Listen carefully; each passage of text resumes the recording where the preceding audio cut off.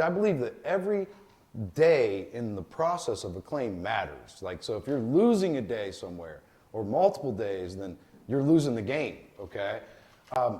And so, when I ask a lot of times, if there's a bunch of people, I used to do this too with our little questions, when I ask you guys questions, out of the people that do appraisals, how long does it typically take? What I'm getting throughout the country is about average, just off my tiny brain, is about 6 to 8 months average for an appraisal to play out. So I don't care if it takes, 6 months or 9 months or a year, because I'm getting 900%. I don't agree with that, and I'll show you why. So let's just say that I'm a contractor who builds decks for a living. I just build deck. I'm a deck contractor. And let's say I do that for builders. And let's say, just for argument's sake, I just do the same deck, the same spec, the same house that I'm working on, right?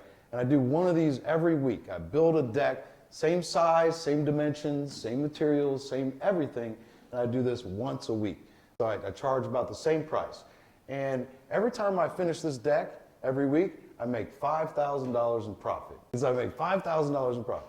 So every week, a deck, takes me a week to do it, I make $5,000 in profit. And so if you ask me how much money I make for a living, how much I earn, then I could probably answer that pretty closely, and I'll tell you why. I make about $5,000 a week, And you say, hey, Chad, what about when it rains and it takes you 2 weeks to do that deck? Now how much do you make? How much do you make for a living now? Well, I think about it, and I'm like, yeah, you're right. I only make $2,500 a week now, right? So I've just doubled that time, and now I only make $2,500. So I mean, if back to that guy, it takes me 9 months, 900%. Yeah, but the profit you make on that job is spread out over 9 months. It's so much lower.